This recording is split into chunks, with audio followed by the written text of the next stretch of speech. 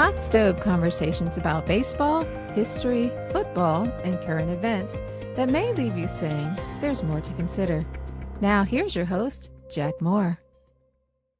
Welcome to another edition of More to Consider. Today again, it's the Jack and Chuck show as an aspect of this More to Consider that we're doing. So Charles Hundley and I go, gosh, as I think about it, where do we go back, 30 years? Is it 30? Yeah, not that. It's about 25 for Okay. sure. All right. So, yeah, we're 25 years into this. That's what blows my mind is we're like 25 years into this century. I remember counting down the last 25 of the last century thinking like it'll never be 2000. And then bam, we're a quarter of the way through the next century. That means I'm old and we're getting older. Yeah, I was waiting for my computer to crash in 1999. Yeah, that we're old enough to remember that. Yeah, the whole everything. Y2K thing.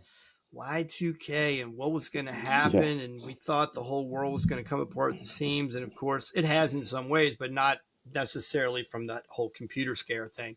No. So Charles is one of my best friends. He's there. He's maybe my best friend, right? When you start ranking friends, Charles is certainly there. So we love each other, think the world of him. We're brothers. And we meet because we both have big mouths. I get me much bigger. I mean, God, nobody has a bigger mouth than me, but we both like to talk about things. We both like ideas. And we're both kind of chasing the dream of radio when you had to get a job in radio. And we both met, same kind of a mentor to both of us, a radio guy in Norfolk, Virginia. That's a fabulous radio guy with a tremendous background. And, he's a disc jockey and he did that.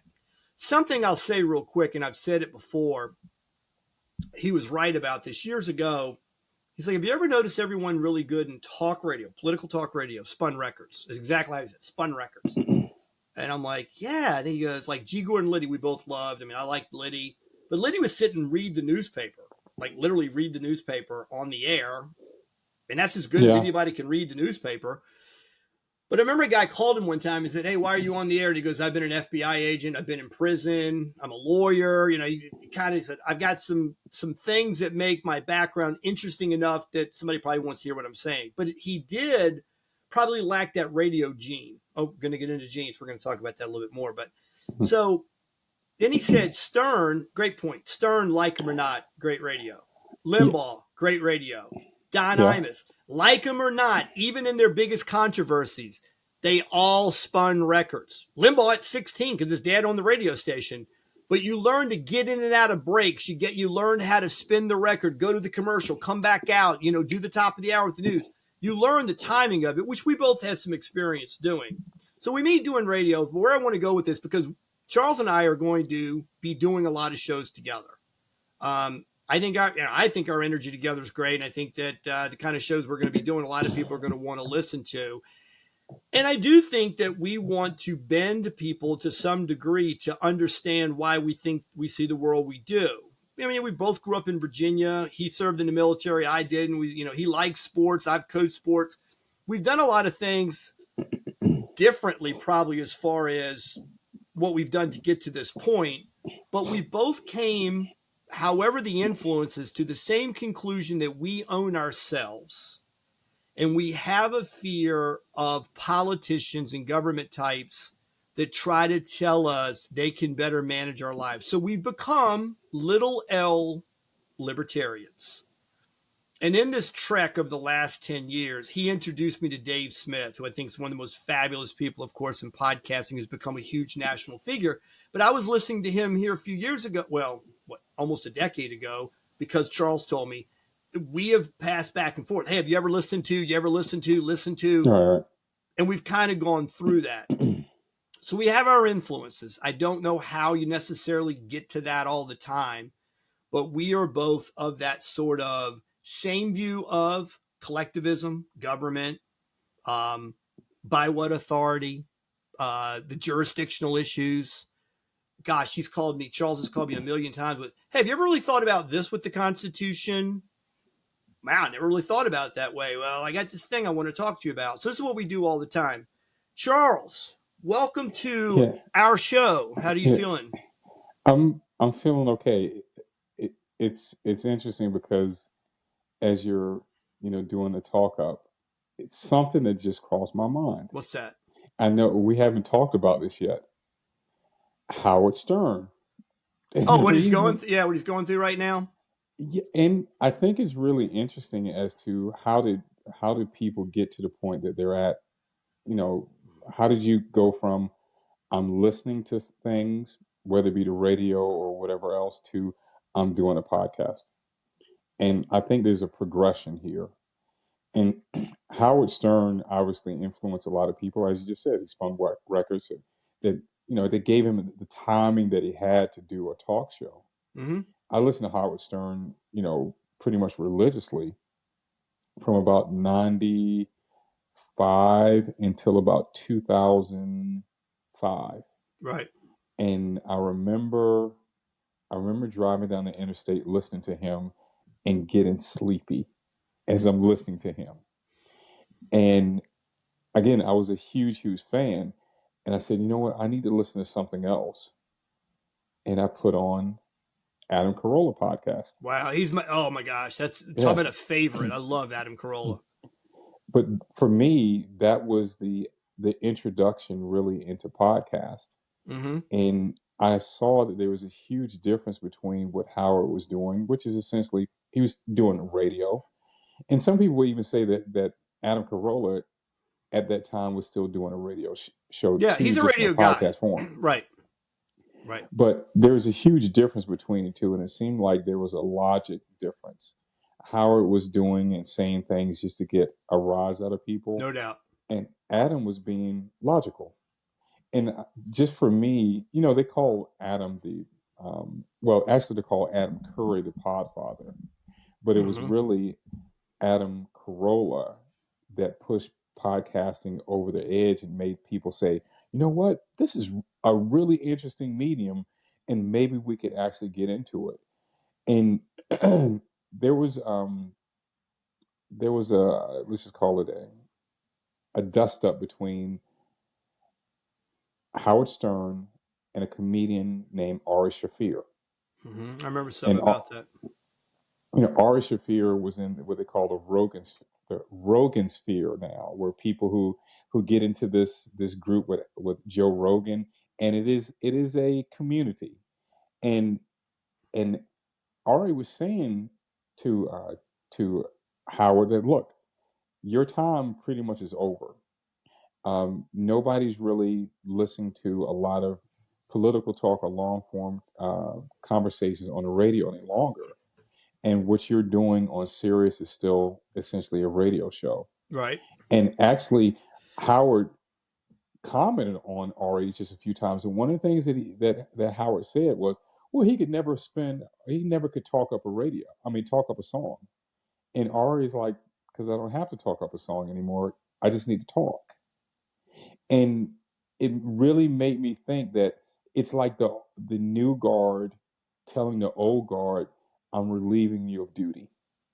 And ever since then, it's been the people. There's some people that still listen to Howard, but you could tell that at that time they started to look at Howard a different way. Don't get me wrong, Howard Stern opened a lot of doors for a lot of people just based on him being who he was. But that time has passed. And this is the era of podcasting and long form. I don't disagree with all of that, but I think the reason an Adam Carolla survives is Adam Carolla, to me, is always relevant because he's always sincere. Whether it was comedy, man show, the fact he did radio, the guy is always exactly who he is, and he's not putting on airs or all that. I think, and it's kind of shooting fish in a barrel here, but a lot of what happened with Stern is not even so much the political.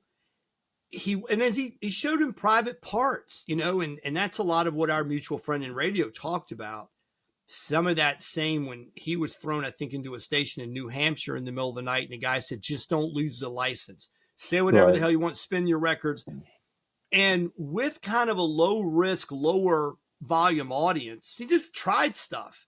And you remember in the movie Private Parts, which is in large part Stern kind of giving his backstory. He was terrible at first, and then he put him on a country station. He didn't know what the hell he was doing, so he put on a cowboy. Right. But he's trying to keep the gig. He's trying to stay employed in the business.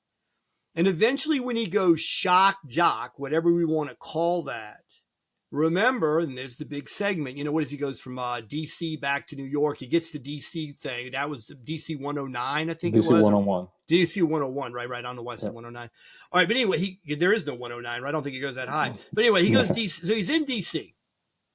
And when he goes to New York, I can't remember. I think it was in the DC part that the one guy's, or maybe it was in New York. Anyway, they have the scene where the station manager's like, we got to get him the hell off the air. We can't. And he goes, hey, look, here's his latest. He's gone through the roof. And he goes, but people must hate him. And he goes, let me tell you what the demographics are saying. People that love him listen on average 1 hour and 10 minutes.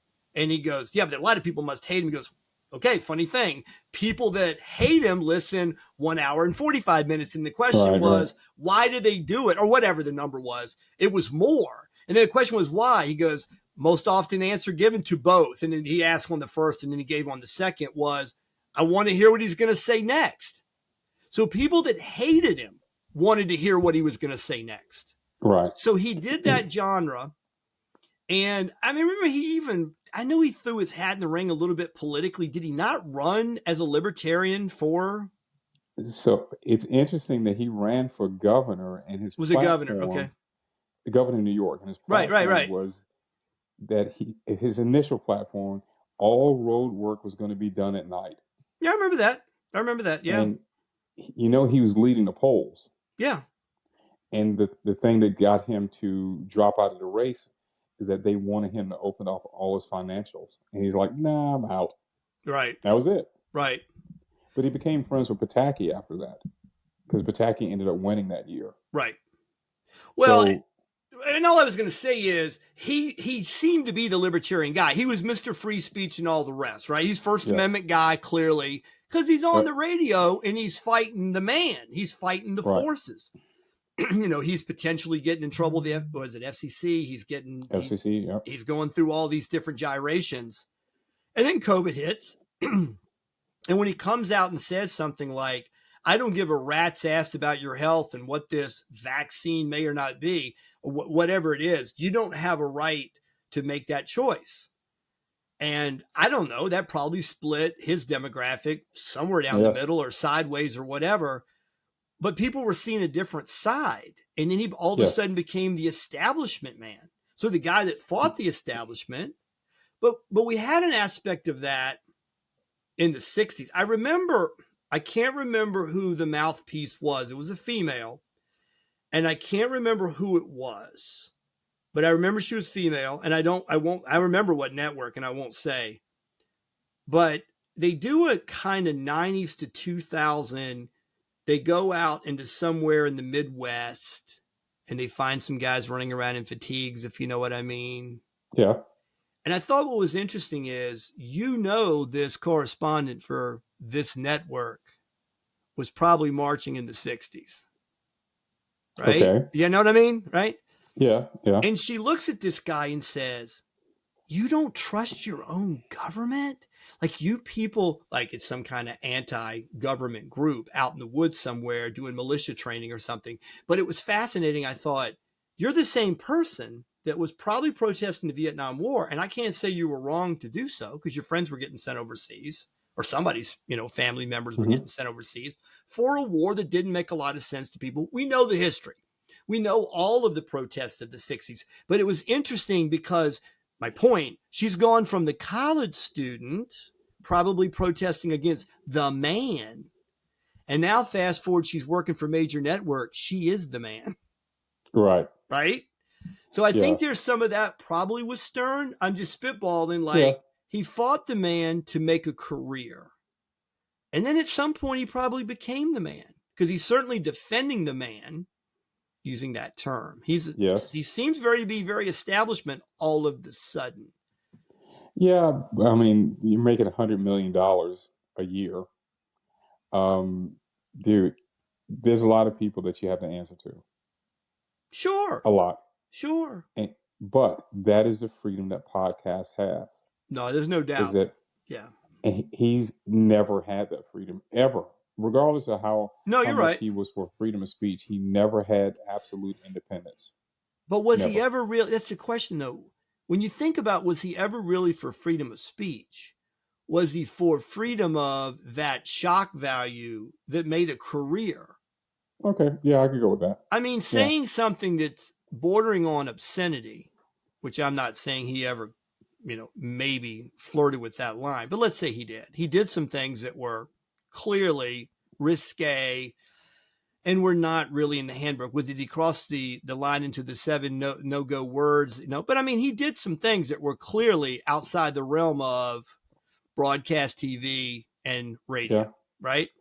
So when he did that, the argument's always First Amendment. It's freedom of expression. It's an art form. Whatever the hell you want to say. But I don't think he was so much for political free speech in any of those instances. It was more, I want to say the shocking thing because the more I stay in the papers or the more controversial I am, the more audience I have. And you could see that aspect of it in the movie as it's depicted. When these guys are in the boardroom, they still have to weigh the fact, damn, he's selling a lot of advertising. Go ahead. That's true. But there's something interesting about the movie, and it's the timing of the movie that's interesting. Because it wasn't too very long after the movie was released that he went to satellite radio. That's right. You're right. And he literally could then say whatever he wanted to say. Mm-hmm. Whatever he wanted to say. And he did. Right. But we're still back to the old guard versus the new guard. And let's just fast forward to this thing. I remember Joe Rogan talking about Kamala Harris. Mm-hmm. And he actually did turn down the interview with her because she had so many requirements for the interview. That's what I've heard too. No. Yeah, he's like, I'm not doing that. They literally wanted to be able to edit the interview. He said they wanted to dictate all the terms. Exactly, and they wanted to do it in another location. He's like, no, I'm not doing that. I only do it in my own studio. Yep. So now, if you really think about it, what's going to end up happening is candidates of that, that type of office are going to have to go through the podcast gauntlet. Oh, that came out in 2024. There's no question.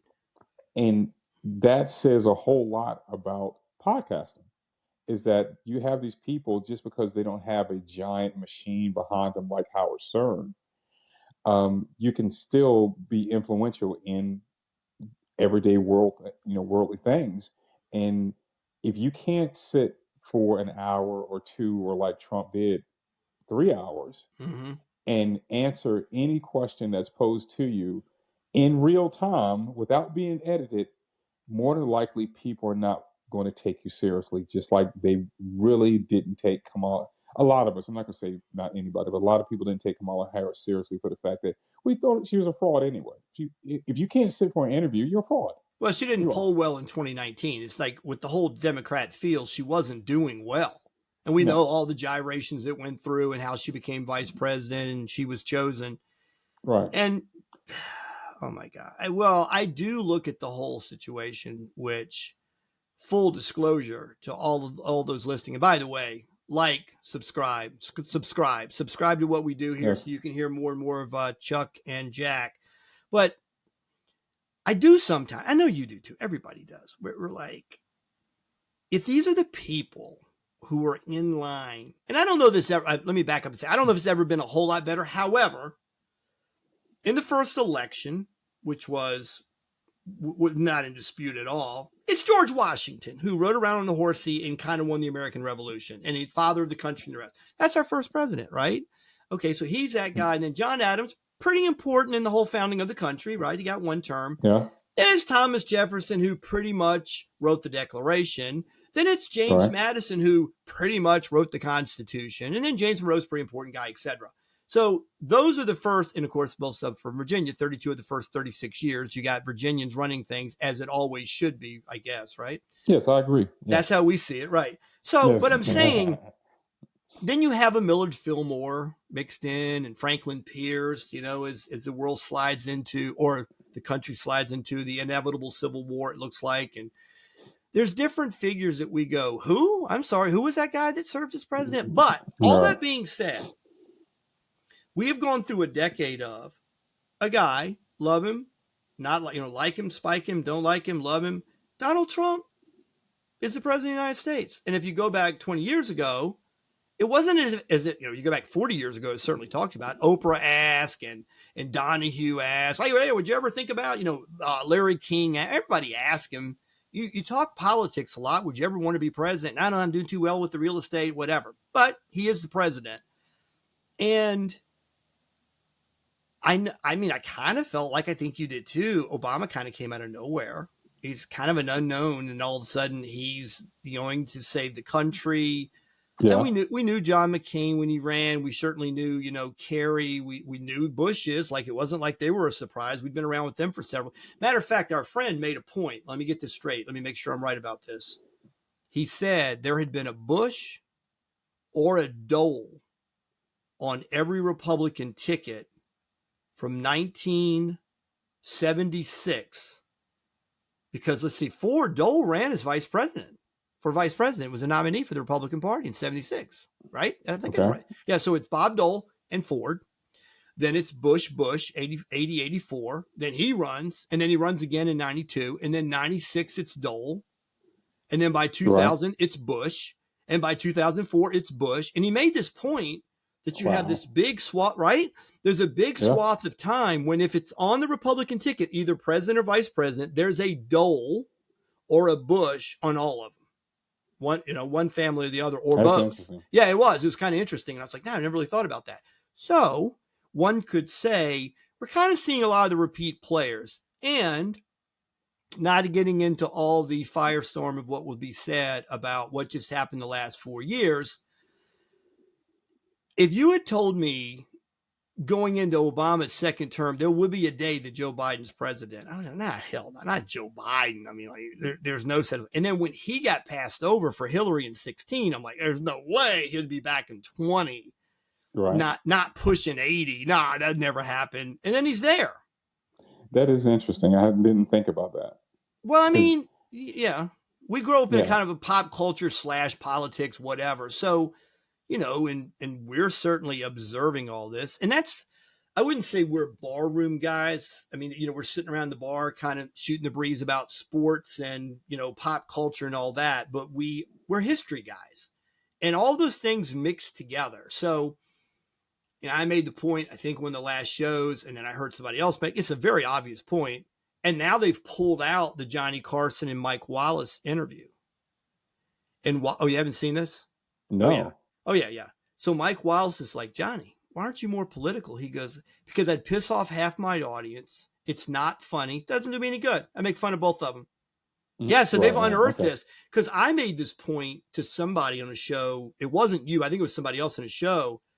I was talking about what's going on with Colbert, what's going on with, to some degree, Kimball, and certainly to some degree, the other Jimmy, Fallon, right? But more so Kimball. But I'm like, the way that they're absolutely doing political ads and or hit pieces on the opposition, that guy, it's kind of crazy to watch. And then, I was doing a show and I said, one of the beauties of kind of growing up in that, my, high school to college days, the 70s and the 80s, is when you watched Johnny Carson, you had no idea what the hell his politics were. You didn't know.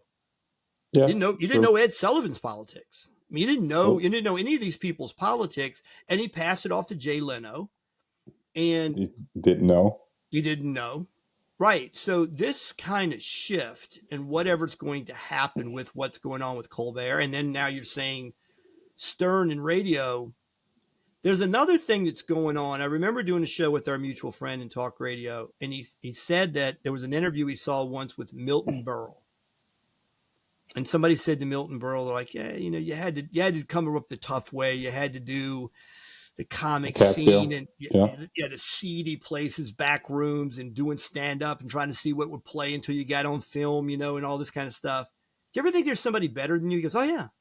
He goes, I'm sure in some dive bar in any small town in America or off the beaten path, that guy either didn't get a break or he didn't have the guts to pick it up and all and come to some. Yeah, there's probably a lot of guys. Same thing as being a baseball guy.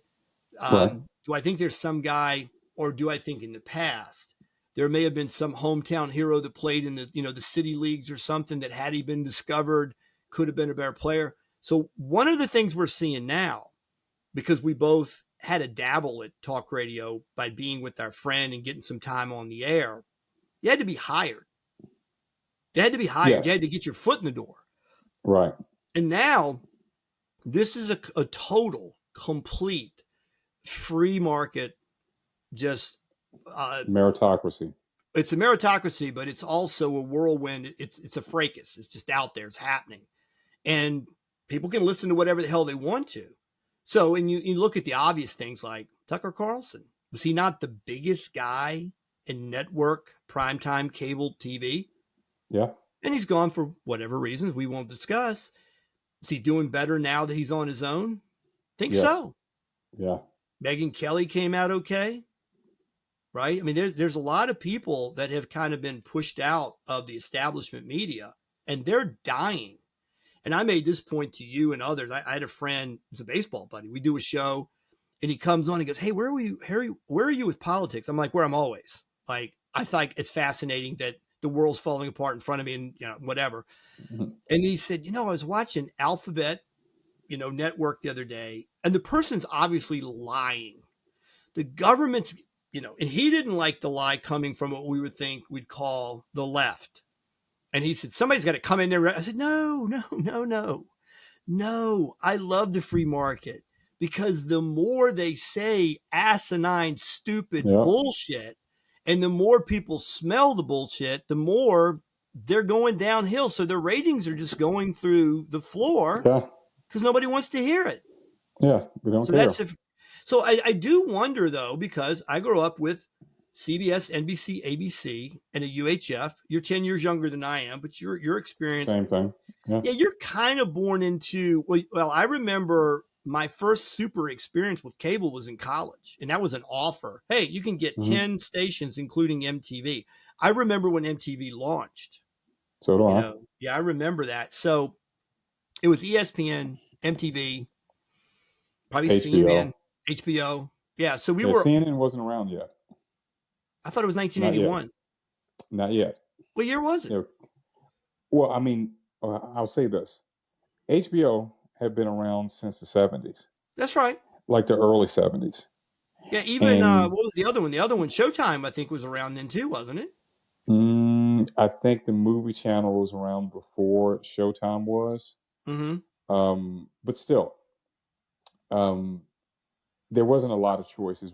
No. Like I said, it was 9 stations. It was 9 stations. But my only point was going to be, we went from that transition, and then not long after it, I had a friend with the 10-foot satellite dish. Oh, wow. I don't know if you ever saw that time. That guy's getting 1,000 opportunities. He's getting Australia. He's bouncing stuff off satellites. He's seeing the whole world, if the world's in fact round. I mean, but he's bouncing off satellites, and he's getting. And then, of course, slowly they scramble. Then he's trying to get like black market descramblers and all this. I mean, it's a wild. Right. So that was the 80s. And then as we move forward, there eventually becomes a time when we have far more networks or more choices to watch than we can possibly handle. We don't care, right? Because we end up watching 2 or 3 things as far as stations go or networks. We can't watch 600. We just don't. No. There's not enough hours in the day.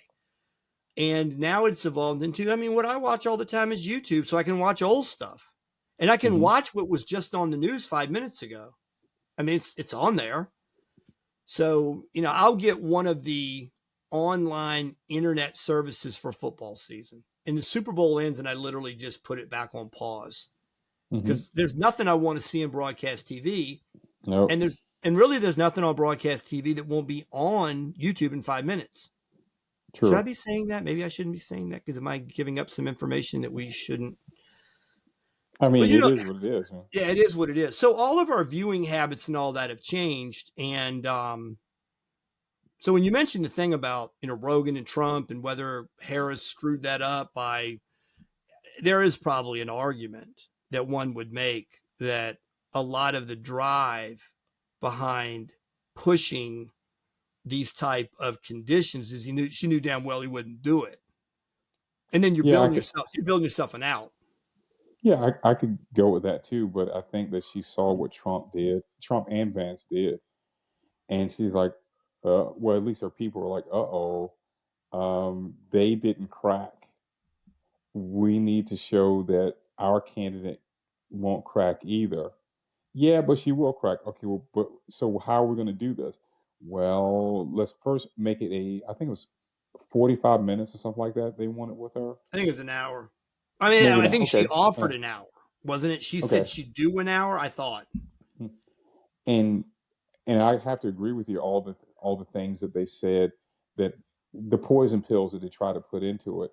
But I think Rogan still wanted to sit down and talk to her, but he wanted to do it in an environment that was comfortable for him, but Right. also was his norm. Because anybody would watch a podcast of his that wasn't in his studio, they'd be like, okay, what is this? This is some staged event. And they wouldn't take it as seriously as they would normally take it, especially when he just had Trump and Vance on.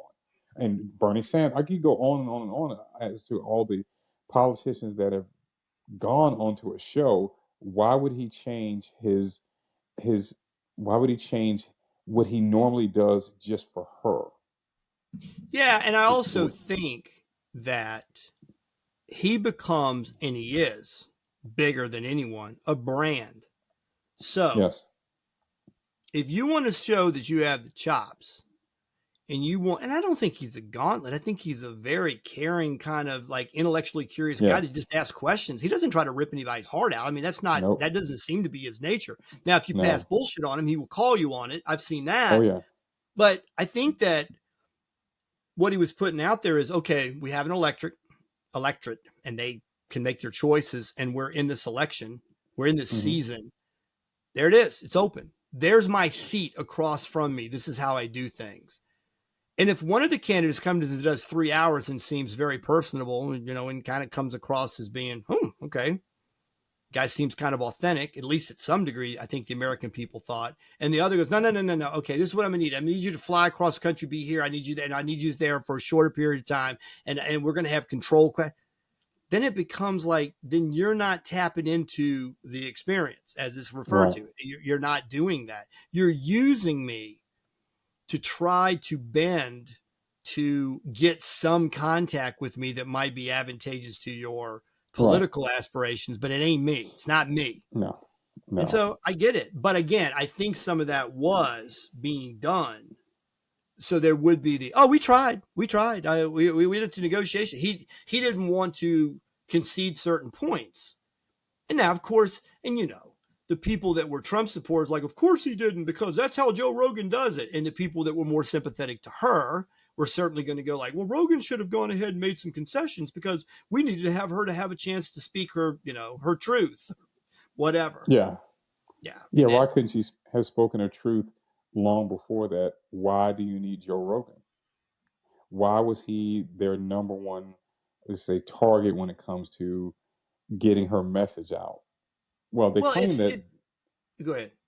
They claim that they were doing that because of his crowd, or should I say, his fan base versus their fan base, and that was their quote unquote argument as to why they wanted to go on the Joe Rogan show. The problem with it is their fan base isn't one that's used to being challenged, and none of the podcasts or interviews that she ever did, legitimate interviews that she ever did, no one was challenging her. No one. And when they did, they ended up editing the interviews. How much did CBS end up paying Trump for this? Man, that whole thing, holy cow. Like when you're getting into that level of playing with things, okay, it's been litigated, I guess, or it's been settled or whatever it's going to be. But I don't know, for those mouthpieces to come out later and go, what kind of manipulation? What do you mean manipulate? Hey, you literally switch the questions or the answers around to make it. Well, things happen sometimes in editing. We're just trying. Okay. By the way, I looked it up. CNN was 1980. Okay. All right. So when I was earlier than I thought. Yeah, and when I was now, I may be wrong about the slate of the cable networks, but I think it was not. Anyway, I'm in this dorm, and they're like, "Hey, for $10 a month, like literally, it's like for $10 a month, the cable's there, we can cut it on. And of course, that became, when I was later there as a coach and a resident director in one of the dorms, that became a major, like, this guy comes kicking in my door one day, and he worked with the cable network there locally. This is like 7 years later after I'd been there as a student. I go back to coach, and he's all upset because a bunch of kids on the hall are getting it for free, or getting it, well, for the rest of the semester. Mm-hmm. Well, and he's like jumping me about it because I'm one of the assistant coaches there and one of the resident directors. I got an apartment there that I'm supposed to look over the kiddies when I was in graduate school. And you want to take a wild guess what was actually going down? The guy that comes out to install it, that works for the guy yelling at me, is taking money from the kids. Really? Oh, yeah. Wow. He comes in, he goes, "You got to get this straight. What's going on in your dorm?" I'm like, "Dude, what are you yelling at me? What's going on?" And he goes, "You got a bunch of kids illegally getting." Well, it turns out his guy who comes out and can wrap the wires and make it work, kids in the hallway were like, how about $20 and hook me up for the semester? So instead of paying $10 a month, they're giving this guy $20. They're handing him $20, and he's hooking him up for the year. They're coming in August, and they've got cable till May when the year ends. And eventually, I don't know whether it was the draw in the system or they're just like, why isn't anybody paying for it? But everybody on the hall has cable for some reason. Well, this guy's pocketing the cash. Mm-hmm. When I find that out, I have to let the big guy know. I'm like, you might want to check the guy in the van. You know, the guy that comes around, you might want to check on him because I think that's your problem. Why are you coming and yelling at me? Because, like, what do you think? I'm stealing cable? No, I'm not the guy. All right. So, full disclosure to all of our loving fans, Charles and I are on the phone a couple times a week, 4 times a week. So it depends. We kind of run in cycles and everything. And we kind of pop culture and we kind of wear out shows on the phone. And I was like, hey, save that. That's a show. That's a show. So you're right. You know that. So here we go.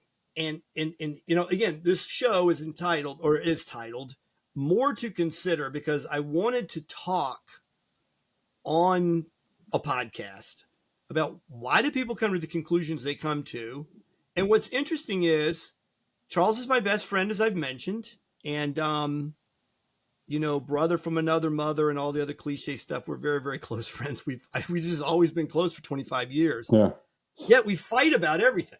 True. I mean, we kind of like any subject that comes up, even though we come at it from really the same principled background or of thought, we can come to these different conclusions. So we had to go down this road. I'm on the phone with Charles the other day, and I'm like, so what do you think about this whole Sydney Sweeney controversy? So here you go, brother. We're 37 minutes in. So I'm just going to read from what you find here on the internet. Sydney Sweeney is currently facing controversy over an American Eagle ad campaign where she plays on the words jeans. They've got it with G and then J jeans. With, I don't remember the G gene coming into play. I think the people have questioned. Well, no, I actually did. She said, "Mom, no, yeah, the mom gave me good genes." I call okay, maybe so. Which some critics claim promotes eugenics and racial stereotypes. The backlash after it is revealed that she is a registered Republican, which I did hear recently. And I know Trump on a mic the other day said, "What do you think of this?" He goes, "Well, if she's in fact a Republican, good for her. We love her." Leading to mixed reactions from the public and political figures, including support from Donald Trump. Overview. She's currently at the center of the controversy. The campaign features her saying the things I just said. The ad was released July 23 and quickly sparked backlash on social media. In the ad, Sweeney discusses how genes are passed down from parents to offspring before stating, "My genes are blue." Critics have labeled the ad as racially charged, suggesting it promotes white supremacy and eugenics. Some social media users have reacted strongly with claims the ad echoes Nazi propaganda. Supporters, including Donald Trump, have defended Sweeney, praising the ad as fantastic and criticizing the backlash as overblown. All right. One thing I do think that's true, let's address this first. I don't think she's really responded. Is that true to your knowledge? Not that I know of. Not that I know, right. Now, this would And why follow should she? well, and this would follow the pattern of one of the greatest pieces of advice I think has ever been put out there by anyone in the public eye is Adam Carolla's never apologized for anything. And he's right. You apologize, you get canceled, and they come after you harder for the apology. The apology wasn't sincere enough, wasn't good enough, wasn't whatever. good enough. So you said, just don't apologize. And maybe that's serving her well. I don't know. I've heard she make, a few bucks doing this, doing the whole ad campaign. But what do you believe? Okay, we don't know anything about the backstory. In other words, 5 guys in a smoke-filled room, or maybe some women as well. Is it turned over to, I would think, to an ad agency, right? They're probably, right. American Eagle's probably like Smith, Jones, and Rich down the hallway or down the street somewhere that does this type of thing. Hey, come up with a campaign ad. How about a white girl with blonde hair and blue eyes talking about her jeans? That looks like that's it. You're going to go with that? Yeah. But I'm thinking some other agencies involved. I don't know. We don't know the backstory on that. If we, if I wasn't so lazy, I could probably find out. But all right, let's say somebody had to sign off, or somebody's. Fair? Yes. You don't think anybody in the room, this is my question, you don't think anybody in the room didn't say she's making reference to eye color, hair color, and having good genes? Nobody said, hey, Chief, I think that might be a problem. Okay. I'm going to argue this from the opposite end of the spectrum. Okay. Say we have the same smoke-filled room, and there's people talking about this new ad that they plan on putting out. I'm sure somebody had to at least brought up that maybe we shouldn't use a dude in a dress to promote Bud Light. But they did it anyway. And they lost billions because they did it. Because they tried to push something that wasn't what people actually wanted. I think different issue. Okay, let me just jump in. Okay, go ahead. Go. The reason I say it's the same is because I'm using the smoke-filled room thing. The smoke-filled room argument that was there somebody there? Yeah, there probably was somebody there that said, yeah, this could be looked at that way, but there are 0.00001% of the population that's going to find fault in everything. I mean, absolutely everything. You cannot please these people no matter what it is. And I'm sorry, they're just going to be that way. Okay, do you change your ad because of that 0.0001% of the people? I don't think that's the issue, Charles. I got to jump in. I don't think that's the issue. Here's why I don't think it's the issue. Okay, we have a history. And I don't know. I mean, I've got kind of the same public school education most people did. And I did go to college and I went to graduate school, right? And I'm just going to spitball here on the history aspect of it. I think that Hitler did address some things relative to master race. Would that be fair? Yes. Did he not address that as being the Aryan race? And was there not some weight given to eye color, hair color, and some aspects of a certain type of appearance that would be considered? So you mean a guy who had brown hair and brown eyes talking about blue eyes and people being I think blonde? some people have thought that's the irony. Yes.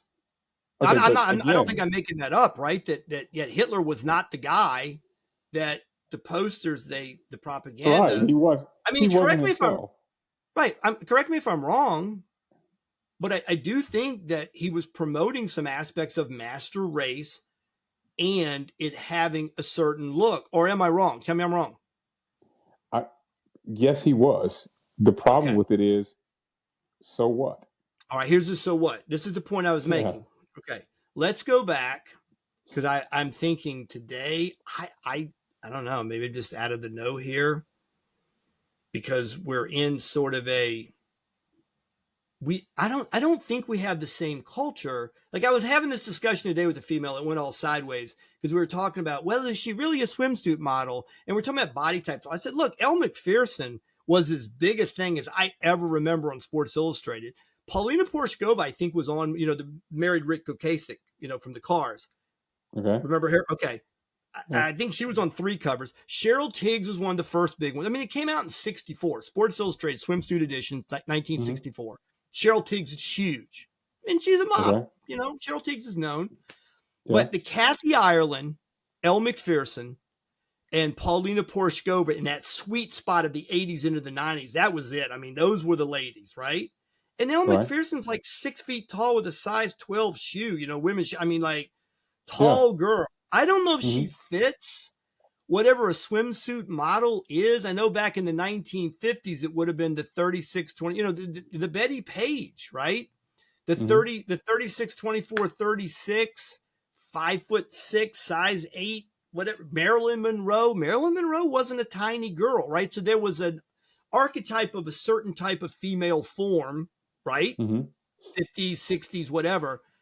And I kind of know what the Sports Illustrated swimsuit editions look like, in the 80s into the 90s probably. And the point I'm making is, I don't know, because the friend of mine was saying female friend is saying they were clearly going for the Nazi propaganda type of thing because they picked such, in her words, such an unattractive woman that doesn't have a bikini body or a blue jeans body to be the spokesperson.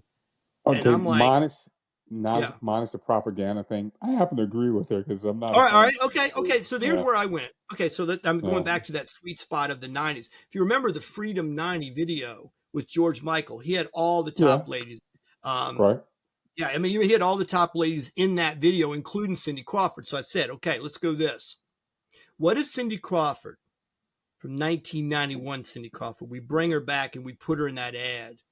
And she said, Mommy and Daddy left me some great genes. My brown eyes, my dark hair, my chestnut hair, whatever. I don't think anybody's going to go, Nazi. She's clearly, making a reference back to Hitler. It's the fact that it's a blonde-haired, blue-eyed girl, I think, is the issue. That they picked a girl. Okay, go ahead. Tell me where I'm wrong. No, I'm agreeing with you on that. But again, they're just going to make up all kinds of crazy stuff for whatever reason they want. Look. And the reason I see that differently than Bud Light is, okay, remember the video that went out about the executive that was hired and she basically pooped on everyone that drank Bud Light.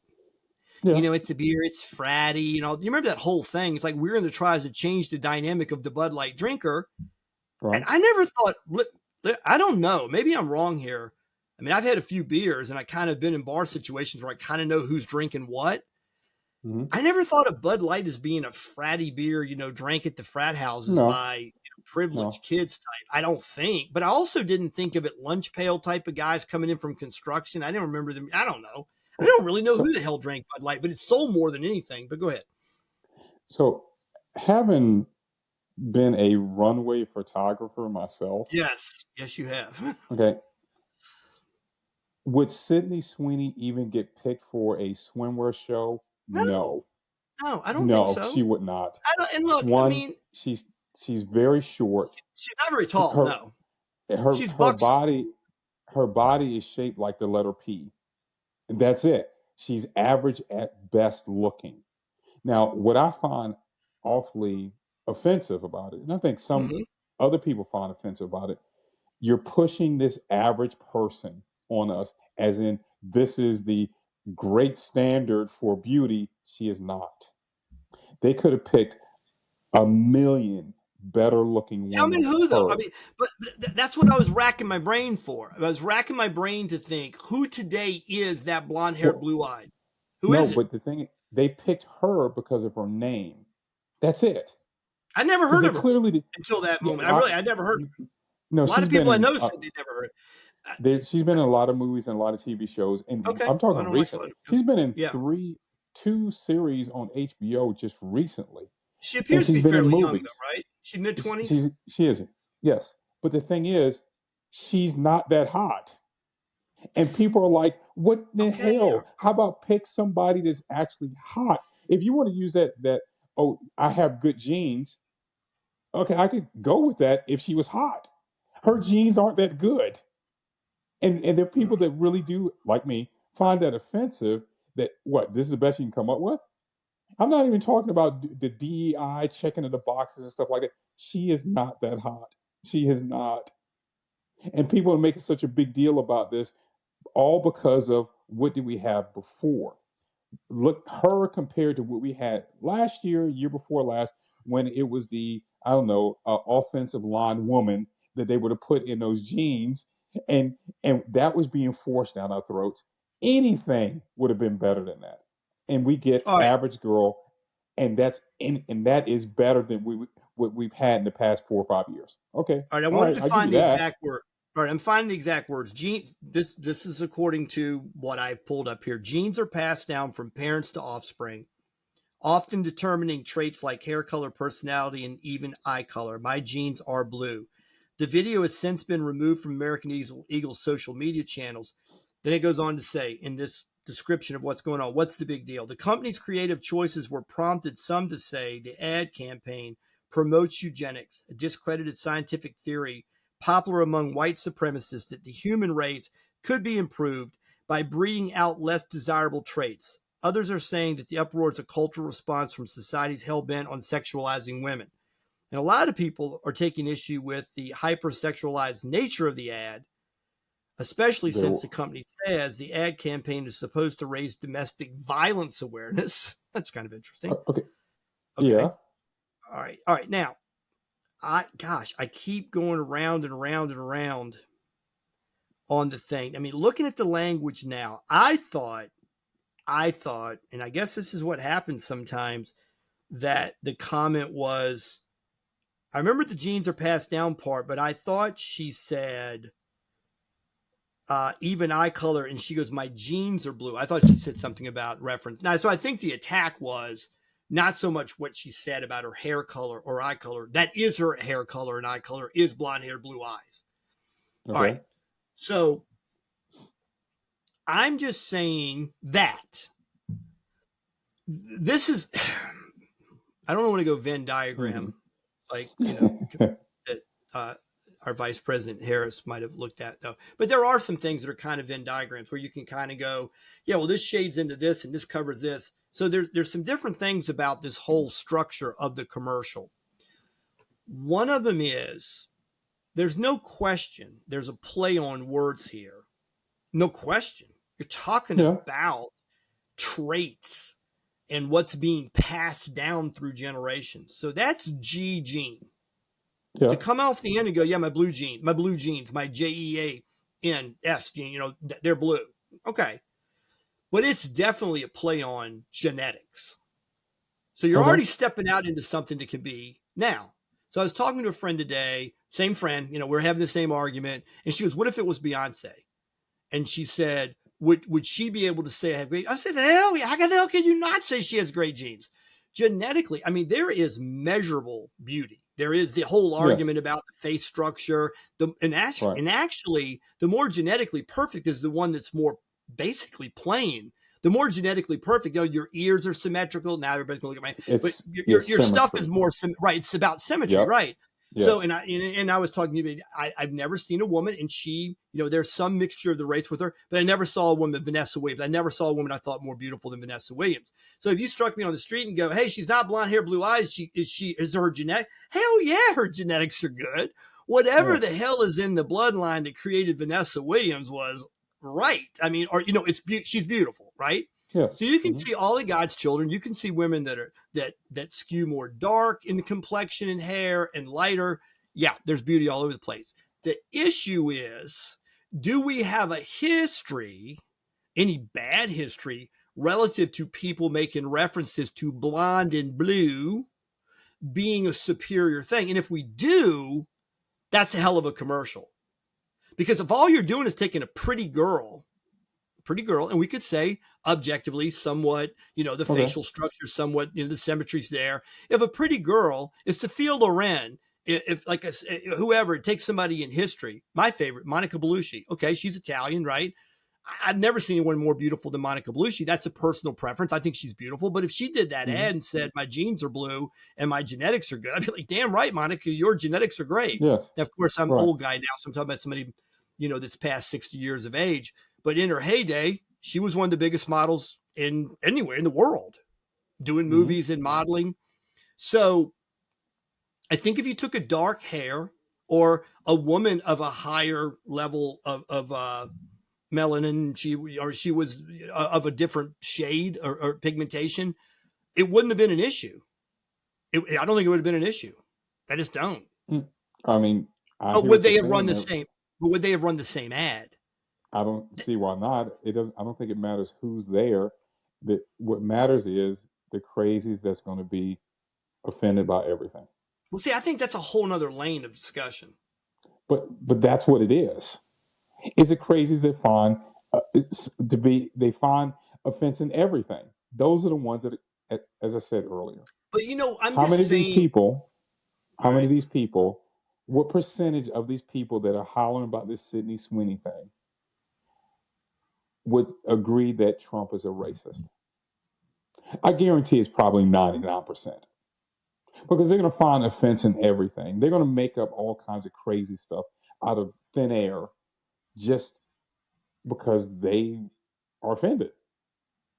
Okay, how much evidence is there out there that Trump is actually a racist? How much evidence is there? It's not a lot. Okay. But you heard it all the time. Also, how much evidence is there out there that Sydney Sweeney or American Eagle are some sort of dog whistling Nazi propaganda? Zero. Let me ask you this, Zero. though. Let me ask you this. Mm-hmm. I think everything in life comes down to some fable that was taught to us as children. There was the boy cried wolf. The boy cried wolf, right? Okay. Mm-hmm. How'd that end? I think I remember. People stopped believing them. And then what happened? What came along? Wolf did come. The wolf came. I think I remember that correctly. The wolf, and then the boy cried wolf, and nobody came to help because. Right. So I think there might be.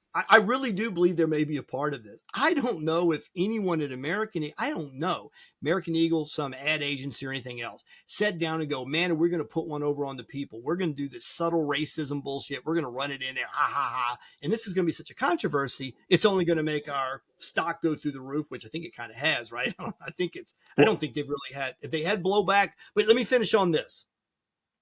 There may be so much woke, if we want to call it that, over the top craziness in response to so many things that now they've actually slipped one in that may be a little bit, I don't even know if offensive is the right word, but there might be a little wink and a nod to, we just put a blonde hair, blue eyed girl up there winking about genetics, etc., and saying, my genes are blue. Okay. If that's true, and somebody in the room was like, man, you're kind of flirting with danger here. There might have been somebody who's like, nah, people are tired of this. There's going to be a group of people, and they may align totally with what you're saying, the people that hate Trump, and they're going to go, screw them. They've lost right now. They've lost the culture war. Nobody cares what they think right now. Well, did they lose a culture war, or did people stop listening to what they were saying? That's what I'm saying. Boy, that's exactly what I'm saying. You cry, but they've cried so many times when it did. Like, okay, great example. The kid at the football game that's got black and red on his face, and he's Native American. He's a Native American kid at a Chiefs game. And some major network takes the silhouette shot of him. He's in blackface. The kid's in blackface. Right. He's a racist. He's at a Chiefs game, and he's dressed up in his little Indian gear because he loves the Chiefs. And he's a Native American kid, for God's sake. And they're blowing up an 8-year-old. That's what you do. You do it enough times. You keep doing it. You're out there outing an 8-year-old kid for having blackface when the other side of his face is red. And then something comes along that might carry a little bit more weight. Nobody's listening anymore. That's my point about you cried wolf over the, 8, 9, 10 or whatever the hell you remember the story. Yeah. And they purposely showed a silhouette shot of half his face and tried to say he was in blackface at a football game. Go ahead, talk to me. It was a black journalist that started all that craziness with the kid at the Chiefs game. Really? Yeah. Somebody sensitive. Okay. So that's my whole point, man. There are going to be people out there, and this is another. We were talking about this earlier when we first started about podcasting. Yes. Everyone has an outlet now, a microphone or a video camera. Right. So, do you think that before the advent of podcasting and social media that we would have ever heard about this? Or we would ever heard about anybody having an issue about this? Of course not. We wouldn't have. Because the vast majority of people have been like, are you out of your mind? Can you please go and complain about something else? That's what All would right, if happen. But when you have, hold on, yeah, but when no, you no, you're have right. people who can just put a phone in front of their face and then broadcast on TikTok or whatever, and then they're like, oh, I'm nuts too. I agree. I can do the same thing. That's the only reason that we're even hearing about this. That's it. Because everybody has an outlet. Unfortunately, everybody has an outlet, but you're not really saying anything. I'm And still how asking many the of those same people? question though. Yeah, how many of those people actually do this just to get clicks or likes? They stir up.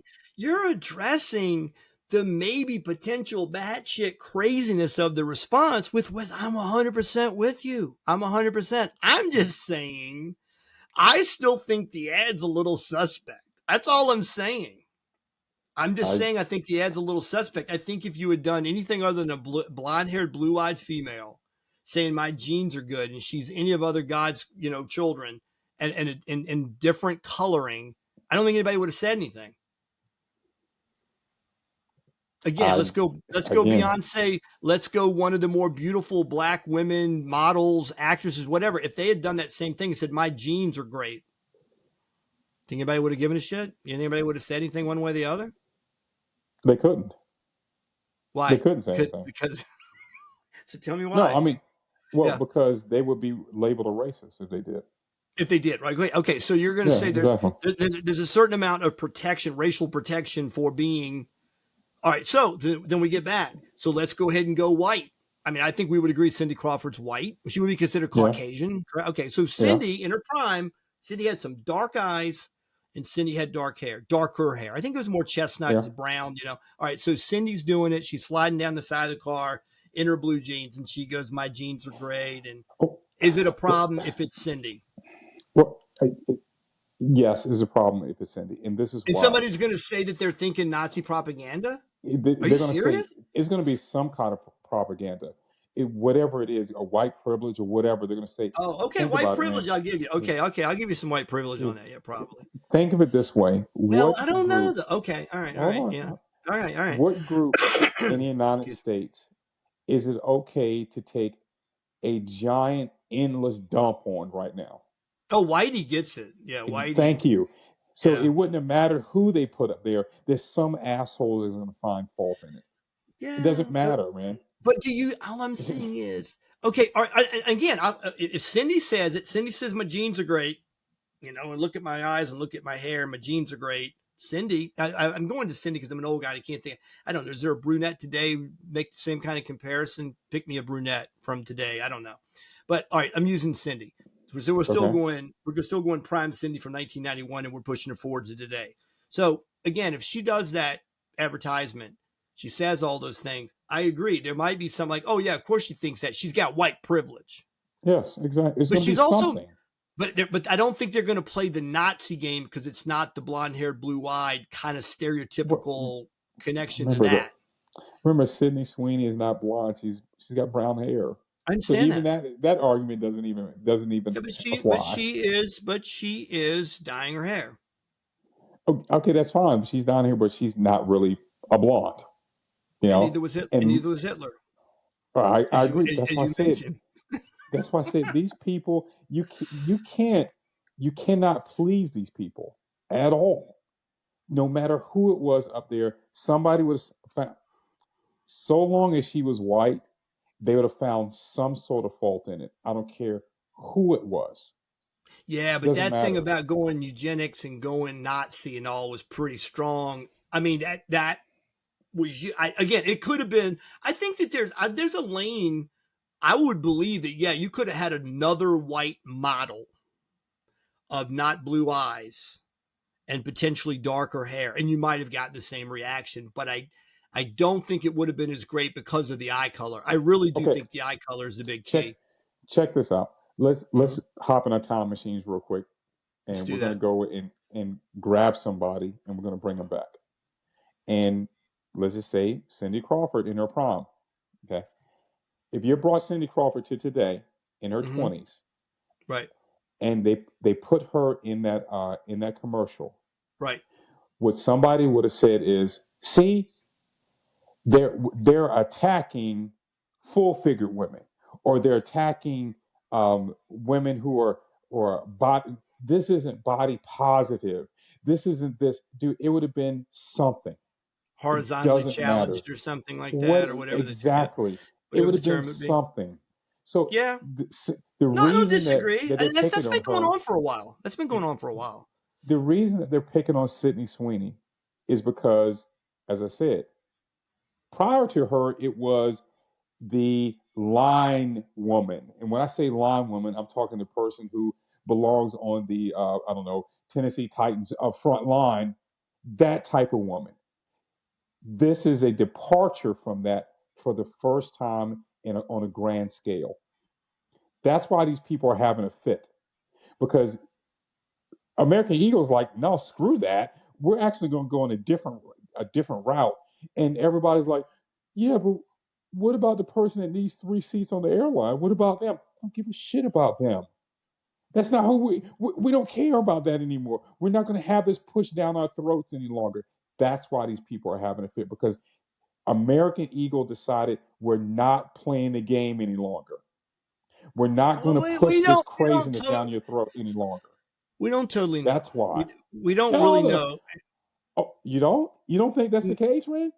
You don't think? I don't know if it's American. I mean, American we're talking Eagle about is standing up for what they're standing up for is actual beauty standards. I thought they pulled the ad. I thought they actually pulled the ad. I thought that. But the thing is, once the ad is up, how about this? What is the most influential commercial of all time?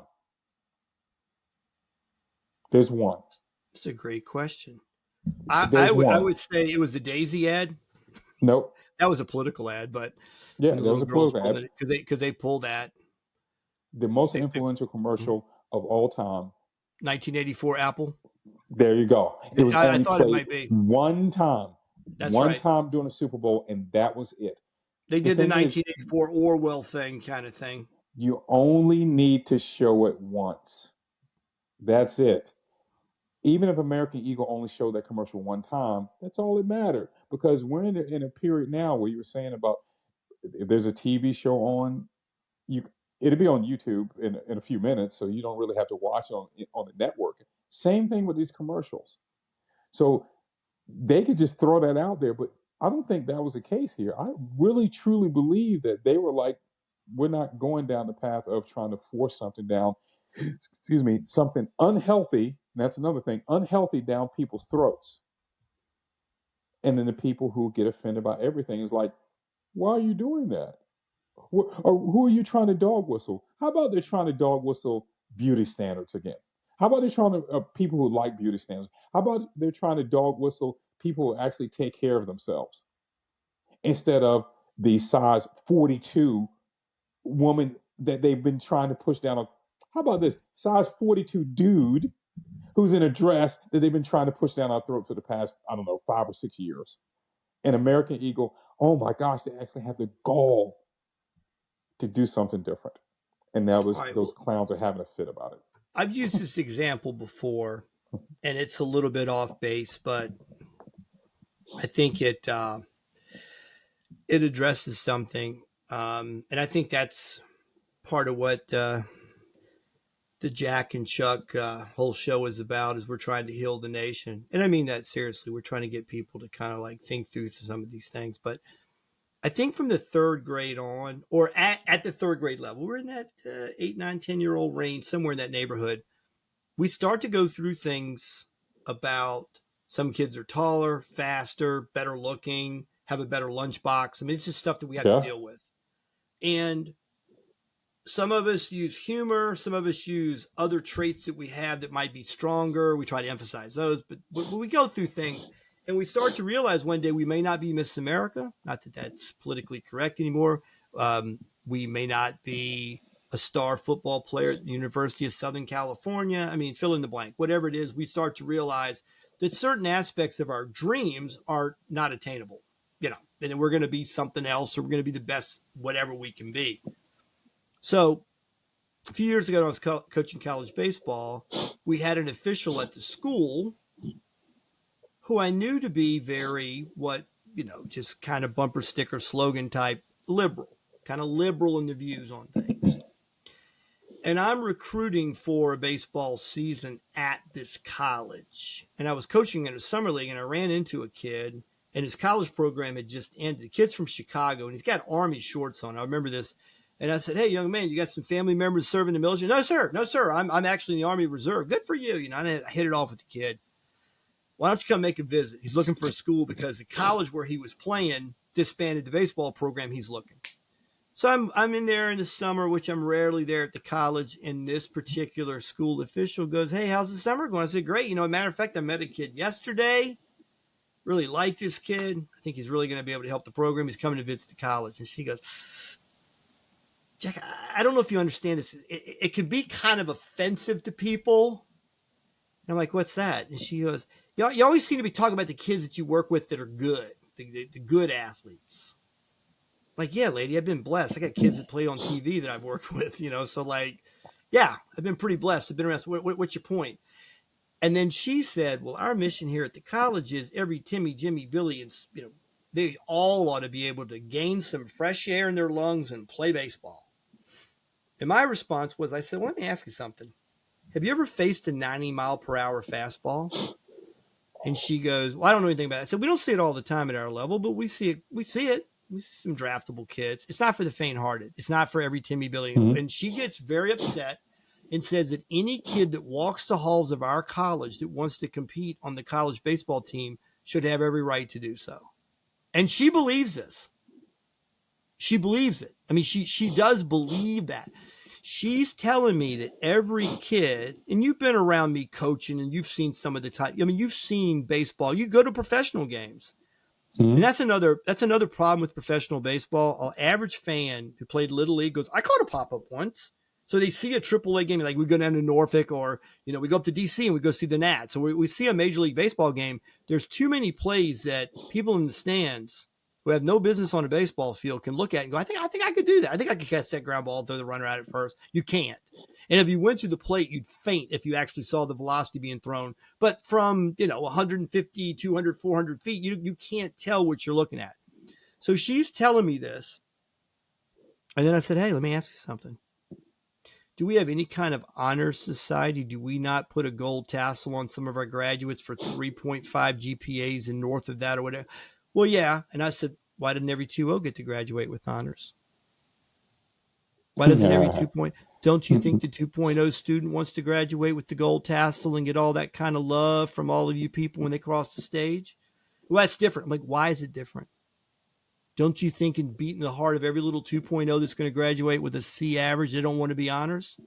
Well, that's different. Why is it different? Yeah, why is it different? God gives a physical talent to some kids to be on a baseball field, and we all get whittled out. There's a certain number of kids that play Little League, certain number that play college, certain number that play pro, blah, blah, blah, high school, college, pro. Just the way it is. But I deal with people like this. So I use the term, they're kind of fairness freaks. So whenever and this goes into all the, the controversy over DEI and everything else, it's outcome based. It's all of these ideas that if we look at numbers and we see disparity in the outcome, there's got to be racism or there's got to be sexism. Go ahead and talk to me. So I'm going to go back to beauty again. All right. I can tell this story. As I said earlier, I used to be a runway photographer. I know. I've seen the pictures. I know what kind of work you were doing. LA, New York, London, Paris, but I did a lot of work in Miami for Miami Swim Week. A lot. Okay, Miami, probably a good place to be. I mean, the weather's nice. The weather's nice. Yes, well, yes, it's a nice place to be. Weather, very nice to be. Yes, but I started to get a little frustrated with fashion. And the reason I got frustrated because what I started seeing on the runway. And I have a very close friend who's a runway model herself. Mm-hmm. And I used to listen to her talk about going to these castings and she would never even get a call back. Not even a call back. But then I go and shoot the show, and I see people on the runway who should not have been there. And not she have been should. there. And she should have. There's not even a Why do you question. think she's being blackballed? Too good She looking? told me this. Too traditional? That's one of the things that she said, that she didn't get jobs because they said she was too pretty. Mm-hmm. It's like, this is a beauty industry, and you're going to tell somebody that it was. Pretty. Well, but then I had somebody tell me who actually ran one of the events down there. He and I are pretty good friends. I started shooting his shows from the very beginning. And what he said to me was that he was getting frustrated because these designers would come, they have an interest to participate in his event. And they would say, hey, yeah, we understand that you have models for us, but I need to have this person walk in the show. Well, why? Well, because they bought out my entire line, and part of the agreement was that I had to let them walk in the show. So what you get is these people who clearly, like you're talking about, the people who are sitting in the sand and say, yeah, I can catch a pop-up or something like that. These people clearly did not belong on the runway. It's not even close. I mean, dudes in bikinis, not Speedos. I mean, bikinis, okay? And you're looking at them. How long ago was this? How many years ago was this? This is 3 years ago. Okay, it's post-COVID. It's post-craziness. Yeah. But actually, it started before then. Before then. Sure. But I'm sure it accelerated. I'm looking at this stuff at the end of the runway through my camera, and every so often I have to take the camera away from my face and say, why is this person here? And what it wasn't a meritocracy any longer. It was, I'm checking off boxes. So they had to have the ugly chick. They had to have the fat dude. I could go on and on and on. They're checking boxes. And American Eagle said, I'm not checking any more boxes. I'm going to put what we think is beautiful on here. Screw what y'all think when it comes to the box checking. Well, all right. Look, I'm a free market guy. Look, okay. And I did look. American Eagle actually did defend it. They didn't pull anything. Let me just read that real quick. What actually company's response? American Eagle has defended the advertisement, asserting that it is solely about the jeans and not intended to convey any political message. The company emphasized that the campaign aims to celebrate individual style and confidence. Okay, good for them. All right. Yes, good for them. Good for them. But something else that I think always needs to be said about the market, I have a friend that is a female that I would consider in optimum shape for her age. No doubt. I mean, she is in really good. She's like very light in weight. She's light in weight, eats good, takes care of herself, works out, blah, blah, blah. And she said she's started to be turned off by some major like catalog manufacturers of clothes that we all know. Because she goes, I get the catalog and they are women that are morbidly obese. Yes. And I look at that and I said, I don't relate to that. I don't see that. So I just throw the magazines away now. And it's somebody that we all, right. Well, but see, but I look at that as being a business choice. If you made things, and they did, this company, you know what I'm talking about, but they kind of made things that were considered for women that would be considered a little risque, a little whatever, but it was kind of like the models at a particular time were women that were probably on the razor thin side to athletically built. It's what it is. And that women that sort of had those types of, they were in that particular type of shape, wanted that kind of clothing. They could wear it. They wanted to wear it. They felt like, so now they go to, okay, that's not politically correct. Let's start to run some different models. And all I'm saying is it turned this particular person off. Because she said that which I used to look at is kind of an elite line of clothes for women that were fit is gone.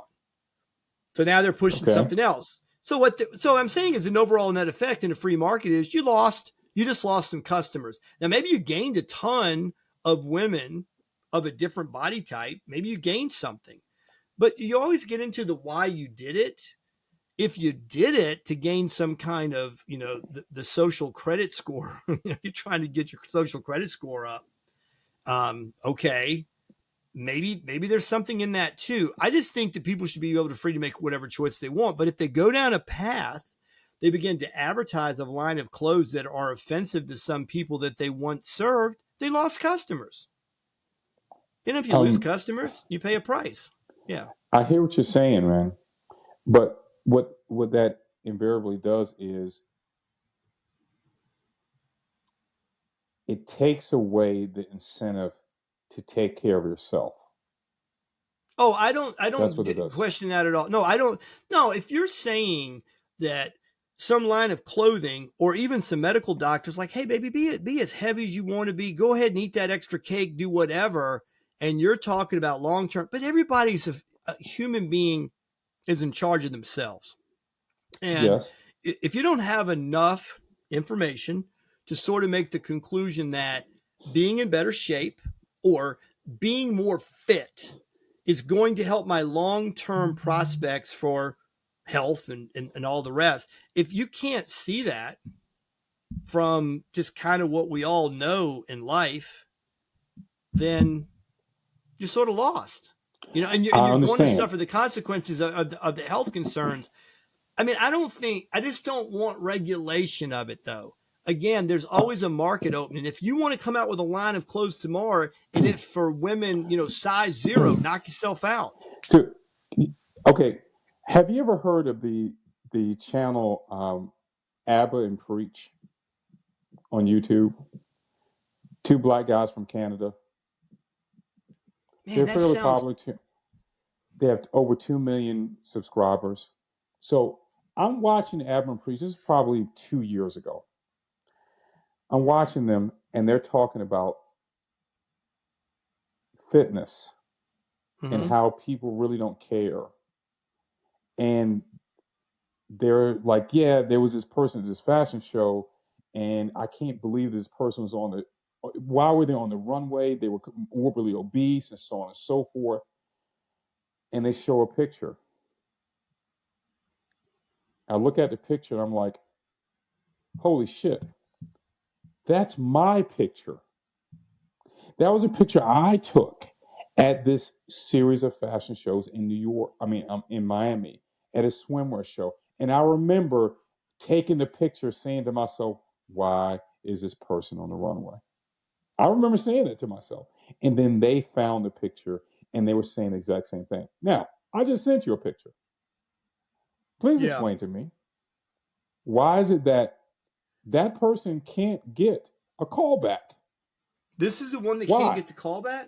Yes, this is what I'm talking about. Can't get a callback. She's insanely fit. Yeah. Like, exactly. I mean, from a fitness, I mean, if you were to ask me what kind of work would she get, I would think she'd get work in fitness modeling. Yes. Because 5'10". Her muscle, she's 5'10". Oh, wow. 5'10", a size 2. Yeah. And can't get a callback. I didn't realize she was 5'10". Okay. Yeah. All right. So this is what I'm talking about when I say, thank goodness for American Eagle saying no more. No more. Because what this has done... But Charles, is that what the message was? The girl on the vehicle saying my jeans are good? You think the message... Okay, so you think the message they were trying to get out is, we're tired of the bullshit. We're tired of the models that don't look fit or healthy. We're going to go back. But is Sydney Sweeney the one? No knock on her. God love her. But yeah, I just don't know if she... It would have been anybody other than what has been pushed down our throats for the past 5 or 6 years. You think that's what American's Eagle reaction is? That's what this is about? Yes, okay. Exactly. How dare you say that I'm not beautiful? Sorry, you're not. You're not. I'm sorry that people have been telling you that you're beautiful. Oh, girl, you look good. Actually, you don't.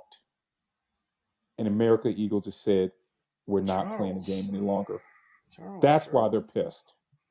I guarantee the vast majority of those people, first, are women that are pissed about the commercial.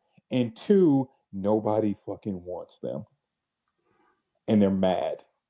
They're mad because nobody's bowing down to them.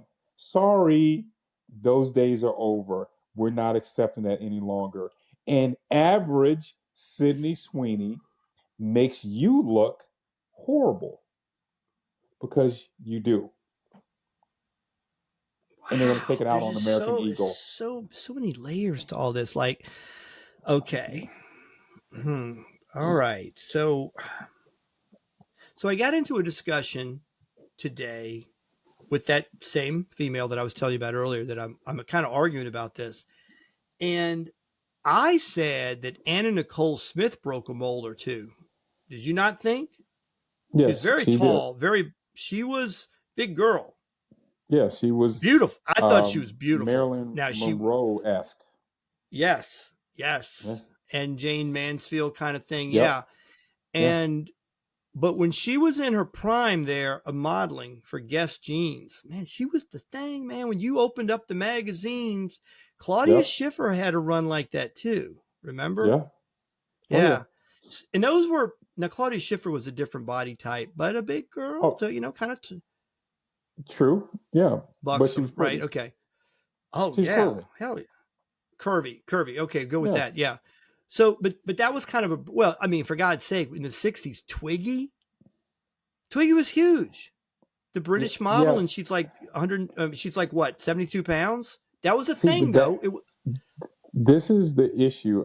I have to go back to the fashion world thing. This is the issue here. So, what I shoot in New York is completely different what I shoot in Miami. Because the models in New York look like 14-year-old boys. That's literally how they're built. Right. I don't see models from New York in Miami and vice versa. I don't see the Miami models in New York because you can't have that type of person in swimwear. You just can't. It doesn't look right. It looks like. Now, are these models so these New York models that you're referring to, they're not all from New York. They're coming from all over, but they kind of gravitate to New York because of their look. They have the ones that end up build. Okay, they have right. A build. The look, the build, right. And you're saying what happens in Miami is you're getting more of the bikini body. Women. You're getting more of the beach. Yeah. All right. No, you're getting more of women. All right. The women, the ready to wear models in New York and Paris and London, stuff like that. These models are super tall, super thin, straight up and down, as it calls. That's New York. That's Europe. Yes. Yes. Okay. But in Miami, you can't be that way. You have to have some curves because, I'm sorry, women just don't look good that are straight up and down in bikinis. They don't. All right. Okay.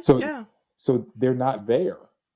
But my whole point is, when it comes to the Twiggy, what ended up happening with Twiggy, you started to get these straight up and down models, and it really, really, really got popular. And Kate Moss, remember too? Remember Kate Moss? Yes, that was 80s, 90s. Right. I'm not going to say that it plateaued. What ended up happening was, when you go so far, you end up going just as far in the opposite direction. And that's where I started seeing these people who shouldn't be on the runway. Now, whether they pay their way or not, whatever, but I start seeing these people on the runway that shouldn't have been there. Now, the pendulum is starting to swing back to the middle, at least in my personal opinion. Okay. And Sydney Sweeney is in the middle. So the people on the outsides are like, hey, what about me? And we're like, what about you?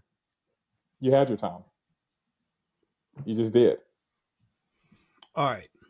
And all that we're saying, isn't this much ado about nothing? I mean, we're talking about fashion, which, I mean, definitely it drives some, aspects of our life to a certain degree, but it's really kind of all empty. It's kind of silly. It is what it is. But I mean, somebody making okay. Well, now I do know. All right. And I do remember Francis Schaeffer, the Christian apologist, who's very C.S. Lewis type of guy. He said years ago, you can see the fall and rise of a civilization based upon its art. The more the art moves in the direction of realism, everything looks realistic. you're on the upswing. When everything goes abstract, everything's falling apart. Think about it. So I don't know. Yeah. You could probably say something along the line. I think you would, that if our modeling, if we're into the world of modeling and fashion, it's moving towards more of what we think is a fit human being, male or female, probably in ascension. And if it's kind of letting it go off in the other directions, it's making an appeal to something that's not as healthy.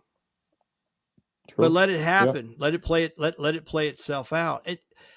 It's weird though too, because I wonder. I mean, I don't know about. I mean, I know the testosterone in America is down crazy, with like 40% over the last 4 decades or whatever it is. And everywhere you go, kids are morbidly obese. I mean, you see it, go in any grocery store, go into any kind of setting where you're going to see a lot of people. So people aren't as active. They're not as fit. It doesn't appear to be.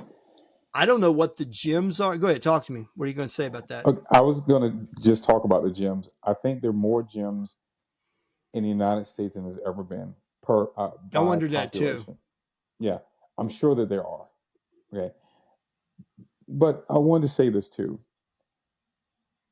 What demographic is most opposed to Sydney Sweeney's American Eagle advertisement? And I'm going to take a wild guess. Based upon what I saw being posted, it was a lot of white females. Really? That's what I would have thought it was black. No, I would have thought it was no, black. I did no. Okay, now that you mention that, I do remember seeing a post from a black conservative male of a black female that was quite upset. But no, I saw a lot of white females. I'm seeing melting a lot down. of black females. Okay. Yeah. Okay. We're just probably looking at different sources, but yeah. Here's the thing, though. What demographic is the most out of shape? Wow. You're talking about like race, ethnicity in America today? Yep. Who's the most out of shape? Oh, I really don't know. I don't even know. Black women. Oh, black women. Okay. Yep. Yeah, it's not even close. I don't know. I don't have any numbers to support or deny. I mean, I don't. And I mean, okay, I'll take your word for it. I can tell you. What do you think that is? Why do you think that is? Well, I'm going to catch a lot of heat for this one, but oh well. Here we go. You're out there now. Do it. Yeah. The hair. That's why. The hair is the reason that. I'm not sweating my hair out. Do you have no idea how many times I've heard that? No idea. So you're saying that, okay, because of particular hair care products or other things, women are less likely to engage in physical activity, which could maintain a better fitness because it'll mess their hair up. Okay. Yep. Yeah. Yeah. I don't know. So much effort in their hair versus their body. Now, and I say to them, all that I've had this conversation with, I say to them, as a guy, I don't ever remember having a conversation with my boys saying, first, she would be so much hotter if her eyelashes were longer. No, never heard that one. Never heard that one either about she would be so much hotter if her hair was a certain way. No, never said that. But I tell you what we do talk about, their bodies. Mm-hmm. That's like number one. Hair is so far down the ladder of priorities that it's not even worth mentioning. Women do that to themselves. They're competing with themselves when it comes to the hair because I've yet to run into a guy that actually gave a shit. They do it to themselves. So they would much prefer to take care of their hair. Because they're competing with each other. I do wonder about this, though. I really wondered about when I was working in a particular part of the state of Virginia, Commonwealth of Virginia, where everybody seemed to be so incredibly out of shape and heavy. I was in Virginia Beach for 19 years, and it's not Miami Beach. It's not San Diego. I mean, when I was in San Diego, the few times I've been there, people are pretty fit. It's the kind of area like, if you're going to live in San Diego, it's great weather. You're going to be outside a lot, and you're going to probably be dressed in ways It's a military type town too, with the naval presence there, Marine Corps. So it's that kind of area. But you don't see a lot of people that look like they're super out of shape in certain parts of our country. Fair? Fair, somewhat. That is not to the same percentage. Okay, what I'm saying is in this rural part of the Commonwealth of Virginia, every other person that got out at the Dollar General was morbidly obese. So I said to a friend, what the hell gives? And they're like, it's the food. It's the food they're eating. They're eating. All right. Look. No, there's another thing too. There's another thing. If you look at urban areas, there's one thing that people in urban areas do that most people in rural areas don't do. By necessity, they walk. Okay. By necessity. You know me. God knows though, Charles, you know me. And I'm up in age and I get it, but nobody works out more than I do. And I can tell you the effect that food has had on me in the last 20 years has changed drastically. And some of that's age, I know. But I just don't think. All right, let me make this point too. It's bizarre, it's way out of line, but I'm going to make it. Back on the 50th anniversary of the Kennedy assassination, I've said this on a couple of the shows. I see this thing in the news because it's the 50th anniversary, and I go to Dallas, and I do a show every day just about on the Kennedy assassination. But they find some family goes in a shoebox in the top of the closet after Daddy dies, and they find some undeveloped film. This is in like 2013, 50 years after the assassination. And they run it down to CVS or whatever, and they develop it. And it's these pristine photographs that he took along the parade route. A very alive Jack and Jackie in the back of the car and everything. So they get published, and they're like eerily clear, like crazy clear. Like you're standing right there looking at them. The resolution's amazing. So I'm at the school teaching at the time, and I'm like, hey, check out these pictures. And somebody's like, man, you noticed something? The person was a friend, like, do you know? Like, it's 4 slides. And I'm like, yeah, look at these pictures. Man, do you notice something? And I'm like, what? He goes, there's not a heavy person in the picture.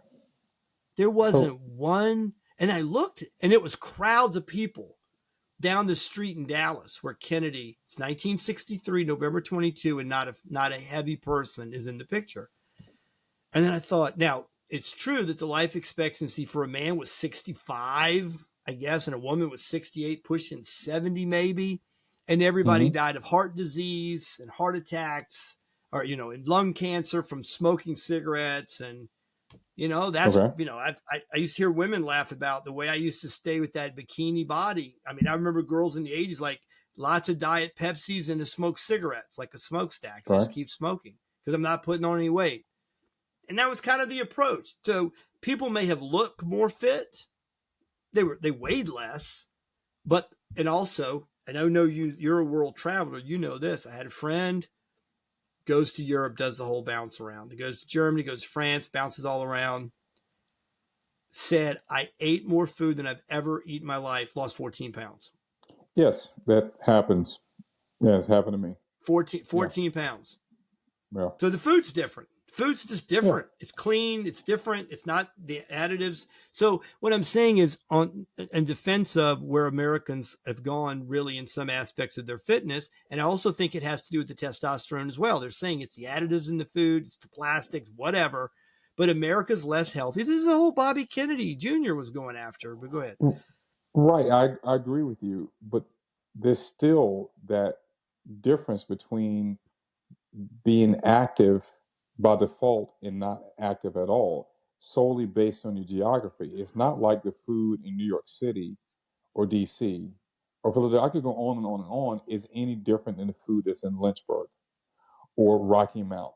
But the difference is those people in those cities, those urban areas, walk an awful lot because it's very prohibitive to actually own a car. You can't survive in Dillwyn, Virginia, without a car. You can't, because you're not going to walk 5 miles down to the corner store to the store just to go shopping. You're not going to do that. But in New York, it is common practice for people to do that. So that whole getting your 10,000 steps in New York City, That's an everyday thing for most people. I don't disagree, but I also know I've seen a lot of things in the news recently about how much of a stranglehold certain types of low quality food chains have taken over rural areas, and people literally don't live near really good food sources, good places to buy food. They Would just you think don't. there's different in the city as it is in the rural areas? They're getting food I from think the it's same far more. place. Well, It's coming from I the same don't place. know. I don't know if the quality of food, Virginia Beach isn't Manhattan, but when I lived in Virginia Beach, there was 117 different grocery stores with all kinds of different options. There are places where it might be a particular brand in the Dollar General, and a lot of people are buying It, their food at Dollar General now. But go ahead. it's less of a choice in cities. Less of a choice. There's How? no What do you giant mean? growth. There's lesser choice when it comes to buying food in cities. There is. There's So you no take up. You giant taking growth. a. There's You're no telling me Harris Teeter in New York. There's no food line in there's New not York. markets. There's not markets on every street. People are buying their food People. from these little bodegas, and Yeah. generally they probably go to this bodega every day to get their food. But And you again, think the they're food walking. quality is less? You think the food It's the quality is less there than same, Dollar General? Okay. dude. All right. All right. Okay. It's and the I don't reason I know. say I this, don't know where to. Mm-hmm. it's not like they're growing the food in New York. That stuff's coming from the No, same I understand. places. I do understand that there's not like rows of things like cornfields and stuff in Manhattan. I get that. Right. But yeah, So it's they're getting getting the brought in from food. somewhere. It's the same food. The difference is the people in New York are actually moving. The people in Lynchburg are Okay. not. All right. If you're saying the That's answer the to it all difference. is move to New York so you can walk more, got it. Okay. I Or mean, I guess or don't take your car in Lynchburg everywhere and walk. But they won't do you're that. really banging on Lynchburg there. I hope anyone Oh, there sorry, watching today Lynchburg. from Lynchburg. Lynchburg, please don't Sorry, take people in offense Lynchburg. to Charles continuing to attack this great town. Yes, Wow, I love Lynchburg. Lynchburg.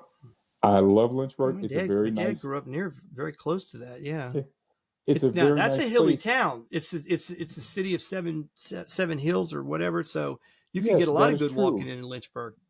Yes, Yeah, but why they're not? not. I So agree. okay, Why not? But man, they're you not. keep banging on the people of Lynchburg, man. You can't be doing that.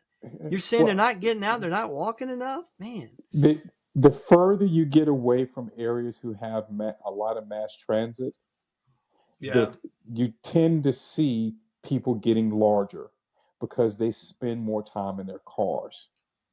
They just All right, we're do. making the recognition of that. I'm hearing more it's people that are more impoverished making worse food choices because they buy really low quality food that That's is dense BS. in calorie. And all It's right, all BS, man. all right. It's all BS, man. It's whether or not you're actually going to do something to take care of yourself. Some people just happen to live in an area where it's done by default. They don't have a choice.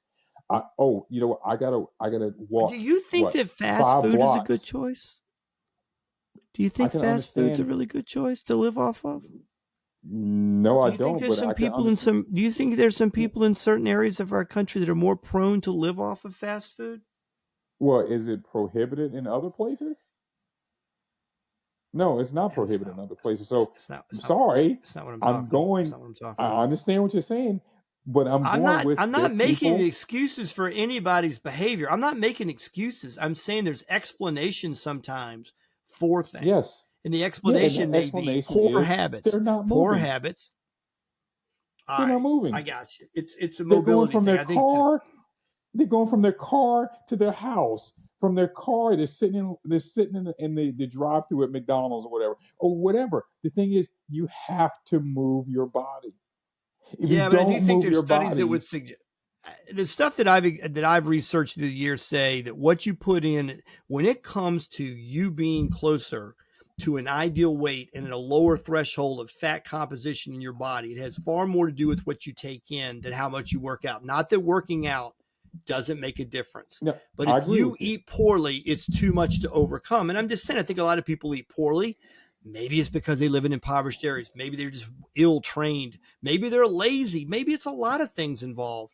But I do think I that agree. when I say the quality of the food, in large part, it might be their bang for the buck, they're going to get far more crap for a certain amount of money than to buy higher quality food, meaning better choices, even if it's from the produce aisle in whatever, small country store they can go to. What did you do? What were you doing about 2 hours ago? What was I doing? Yes, You want me to say that I was out running? exactly. Why Yeah, were so you I out was out running? doing my sprints Why, because I why have were you found that doing the that? number, because I don't want to be heavy. I don't want to be out of Exactly. shape. Exactly. These Well, that's just people, because I'm I'm sorry, I'm mentally I don't ill. Probably it's mental do. illness probably more than anything. And you know what? That mental illness on the opposite end of the spectrum is the same thing. They don't want to do anything. There's nobody out Okay. here prohibiting these. I'll give you an example of myself. One of the reasons I got out of the military is because I had bad knees. I've had bad knees Mm-hmm. my entire life. My knees were cracked. One of them, my right knee, will be perpetually swollen. You literally could touch my knee, my right knee, through a pair of jeans and realize that knee is warm. That's how bad my knees were until I started running, and all my knee Really? problems have completely disappeared. I've gone to see orthopedic surgeons. They were like, "Man, I don't know what's wrong with you. Yeah, if I perform a surgery, is it going to You've come back?" run So on and into so forth. better knee health? Yes, exactly. And this is Wow, what another that's doctor told me. interesting. He said the reason that that's the case is you weren't babying your knees any longer. You actually started putting pressure and literally running your knees through the gauntlet. And now all of my knee issues disappeared. They don't crack anymore as I'm going up and down stairs. They're not swollen any longer. All that stuff disappeared. But it would have never happened had I not just gotten off my ass and done it. So these people say, "Oh, I can't go out there and exercise because this hurts," or blah blah blah. Dude, I'm not trying to hear it. I'm not. I don't. Yeah, I don't disagree. I am very old, and I my workout. I continue to do sprints. It was the greatest thing I was ever taught to me. If you do oxygen out, not aerobic, where you can do it and carry on a conversation, it's the anaerobic. You got to push yourself Yes. so you can't breathe. You're really Yes. okay. It's wonderful Yeah. because now I do a close to 30 minutes of it. I mean, I run for about 30 minutes, but the beauty of it is it's a get it done, get working, go. And Yeah. halfway through, I'm like, why the hell are you doing this? And then I get It 3/4. I'm like, I sucks. know why you're going to do this. Yeah, it does until It, then you get to a point. It's yes. mental too, and like Yes. you're running the sprints, and then okay. But I say all that to say this: the one thing that if I do the proper kind of stretching, I can overcome a lot of the issues. If I do the proper stuff, and I don't because I'm lazy and I just go out there and I start running. But the one thing that I really kind of go through in my fear is I get a little bit of pain in my Achilles and I get the plantar Mm-hmm. fasciitis at times. All right. But I do run on a field turf field. I run on a field turf field, which is awesome because it's Mm-hmm. consistent. It can be a little bit wet, damp from raining, whatever. And it's a nice place here near where I live that I go to. But it's my one way. And I do other things. I do some other things on the workout side of it. But I found, for me, it's something that really, really works. But I'm definitely afraid of the time I can't do it. So I just keep doing it. Yeah. And every time I do it, I'm kind of like, okay, another year's passed and you're still doing it, and Yes. it's like, whatever. I'm kind of the same way, man. I wouldn't say it's But fun. Yeah. Now you're doing like no. distance running. Yeah, I do distance running, but I also lift also. Yeah, I do both. Yeah. But the Yeah. reason Lifting's that I great. do it, guilt. That's my motivator. Guilt. I had an old girlfriend, Guilt the is in doctor. what way? Oh, As in, if I don't do it, I feel guilty that I didn't do it. The doctor, she was the one that sort of got me into working out because she worked out 7 days a week, every day. It wasn't even a right. question. She worked out. Right. Right. And one of the things she said to me was, "I don't really care how you look. If you start to look better, that's fine. It just happens to be a byproduct. I'm most concerned about your heart. You need to work out your heart." And it's No, I like, agree. okay, yeah, whatever. And I started working out a little bit, and it got to a point where I probably worked out 3 or 4 times a week. And then, I had a breakup and I started running a lot, a lot. And now, Forrest Gump kind of thing. Forrest Gump type of thing. Did you run across not country? quite.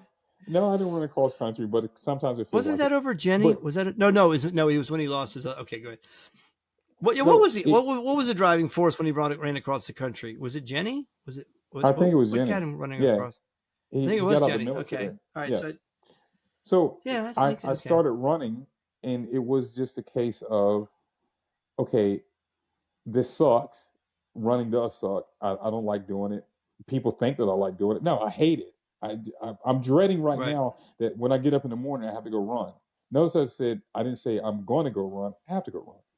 But once I started to see how my body started to regenerate and recuperate, it's like, oh, so all the stuff that people were telling me for all these decades, literally decades, was BS. And I probably should have been doing this all along.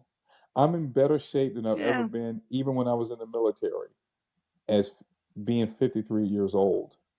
The thing is, I do it. There's so many people that won't. I don't have any compassion for it. I know, but when then it comes you to have to, running, you have to say you were one of them. You have to be fair to say, yeah, well, you were one of them. You come to a point, you go like, no, I'm not going to be that guy anymore. I'm going to be this guy. You start to see the benefits of the running, and you go forward. You go forward. So I mean, I leave open to anybody that they can change. Yeah, but then if they're blaming the world, if they're blaming the world, oh, I'm heavy, I can't get up the stairs or whatever, and it's everyone else's fault, then, okay, wake up. You make the choices of what body you go through life with. And what they to say the degree is, that people. What they say is, I don't have a lot of food options. Really?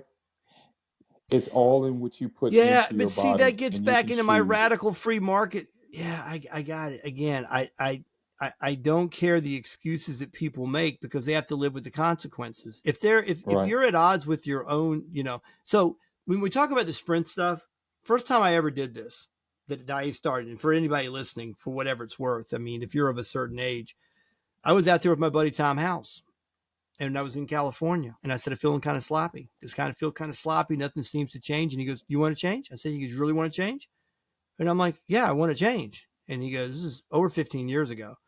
And he says, go to a track, a 440 track, run the straightaway, 110 yards, walk, crawl. I don't care how you get around the circle. Hit the next straightaway, go as hard as you can. Just keep doing that. The first day I went over, I ran 8. And I thought I was going to die. Okay. 8 sprints, 810 yard sprints. And then it was 12. And then, I was only competing against myself. And I was like, okay, I'm going to do 16 a day. Damn it, I'm going to get 16. I got 16. In 3 weeks, I was doing 36 sprints. Now, I was much younger. I lost 17 pounds. 17 in 3 weeks. I had the lowest body fat I've ever remembered in my life that I'd ever remembered. And all I did, but he made a great point. For anybody listening, it's just kind of graphic or it sounds kind of bad. It might hurt some people's feelings. He said to me, he goes, you ever seen a chubby guy on a treadmill in the gym? I go, yeah, every time I go in the gym, there's a, he goes, you ever going back 6 months later? So yeah, he goes, what's that guy look like? I said, he's a chubby guy on the treadmill. Mm-hmm. He's a chubby guy on the treadmill. And he goes, it's anaerobic. It does nothing. It's not going to get you there. Then he said, excuse me. He said, what are the body types of sprinters? I'm like, they're jacked. I mean, they're the guys that are like really put together. He goes, yeah. What you're doing is naturally releasing growth hormone at any age. You never see a bad body sprinter because if you're sprinting, you're going to release the type of things into your body naturally that are going to change the composition of your body. That's why you never see, like you said, a bad body sprinter. Is there some downside to sprint, potential injury? And very much like you said, I heard a guy one time that was a 60-year-old sprinter, had been a world-class sprinter. He still runs, he still sprints. And he goes, you can fall down the tub. For God's sake, stop using the excuse, oh, this is going to hurt. You're better off to run the pain out. Get past it. But just keep staying. And this too, my dad lived in 92. My mom lived in 91. And I will say this, and you know this because you know my family. When my parents moved into an old folks home where they were completely independent, they weren't dependent care, but they were in the old folks home kind of thing. They gave up the house, they moved in. I would go see my parents, and of course, there's an 8-to-1 ratio of females to males. It's 8-to-1. A lot of widows there. My father, when he would go down to the cafeteria at 90, 91, was the only man there I mean, the only one that wasn't on wheels. Wow. He was walking 3 miles a day. 3 miles. He kept walking. And every one of those guys was rolling up on a scooter. They had, and many of them were 85, 86, and he was 91 and he was still walking. So what is said, what is said is when you lose mobility, you die. Yep. That's what's going to lead to your death is losing mobility. So if you fight for mobility, you're going to live longer. And if you see people, and by the way, bless his heart, God bless him. I was thinking about this the other day. I saw a thing about Marv Levy. I think it was over this weekend. I think it's this weekend, turns 100. The football coach with the Buffalo Bills? Yeah. Yeah. Mm-hmm. And I saw him on an interview, and he looks great, and he sounds great. But yeah, I think it's this weekend. I believe it's this weekend. He turns 100 years old. Marv Levy. Shout out to Marv. I mean, let's see. Marv Levy, born. Nope, it's already happened. August 3rd. August 3rd, he turned 100 years old. So whatever I saw was like backdated last week. So, wow, man. He's born in Chicago, Illinois, 1925. One of my professors turned 100 this year, Bill Whitehurst. There was this woman that I knew that worked at a store, and I would see her quite a bit. And saw her for several years at the store. Kind of flirted with her. We flirted with each other. And then she ended up getting married. And I remember, congratulating her. And then she's like, my best friend wants me in her wedding.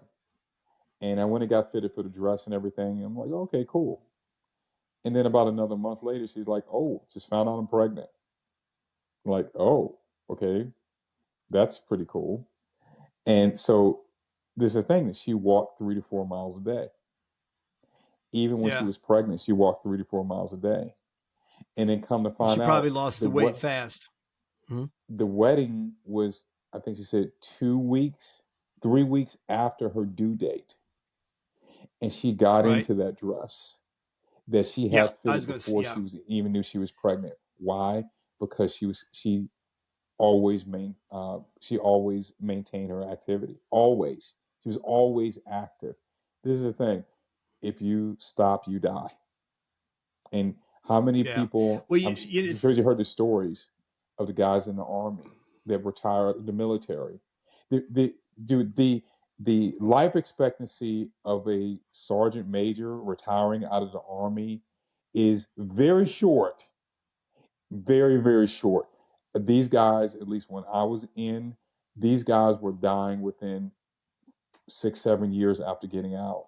Why? Because is it because they go from so active to just cutting? Right. So they go from really active to like cutting everything off. Yeah. Wow. Yeah. So that's interesting. Folks, stay active. You may not like it. Trust me, I'll be first to tell you it sucks. It really sucks. But I tell you what is really, really nice to hear. I went to doctor. This is about 2 years ago, and I remember getting an EKG, and I had to sit there for a while while they ran some tests on me. And the doctor came in, and he took my resting heart rate. And he asked me, he's like, dude, are you like a high-level athlete or something like that? What are you talking about? He's like, your resting heart rate is like 44. He said, that is just abnormal. I said, no, it is. I just That's run really and I low, lift and stuff like that. And he's like, you're about to turn 50. You're in better shape than most people half your age.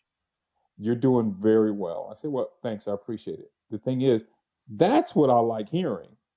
I'm not really worried about how I look and anything like that. I want to hear from a doctor, a scientist saying that what I'm doing is actually good for me. No, it's nothing. That's my motivation. You're right. Yeah. That's awesome. That's my motivation. That's awesome. That'll keep you around long enough so we can keep doing this. Yeah. So once again, Jack and Charles, Charles and Jack, Chuck and Jack. So we're doing this thing together. Kind of went all over the board tonight. And in closing on that, I just want to say, like, I think people can be as upset with whatever they see as they want to be. They can think whatever they want to. I mean, again, who the hell am I? I'm saying they can think whatever they want to think. I know you and I both, and part of what we do here are striving towards, for God's sake, let's get past certain things, hopefully. And the vision that we are going to work together as all God's children, whatever shades and height and sizes and how round or firm or whatever we are, let's try to pull from the same end of the rope and stop playing so many games with immutable characteristics that just don't matter. I agree. And I know, there's politics in there, and there's power in that, keeping everybody at odds with each other. There's a power for potential people to keep up that, because that's how they gain their power. So we all know what we know what the scam is, and it is a scam. We know what that is. So we're out to battle that, and it's interesting again because with all this time we've spent together, we continue to come to the same conclusions. Although we fight over everything, God knows we get into fights about all these nuances within this stuff. Yeah, right. But Chuck, what's your closing argument there, man? What you got? What do you got for me? Closing argument. This is going to sound really weird. Go for it. This is from the old Chappelle show. Diversify your bonds, bitches. That's what the guy said on the show as a closing argument. I know you're looking at me like, what the hell did you just say? I don't even have a response. I guess my response to that would be buy gold. Buy gold, I guess, like that. We got to get one of those gold sponsors. So right. Yeah, let's get a sponsor. All right. No, I don't have anything. God bless you, my friend. Yeah, same to you, bro. Always enjoy it. God bless you, my friend. And we will be doing this again very soon. And for all you people listening, all the fans, subscribe, like, get us all the love we can get on all of our different platforms. And please comment. All right. I'm sure you'll have a lot of great comments on this one. And good night. Boy.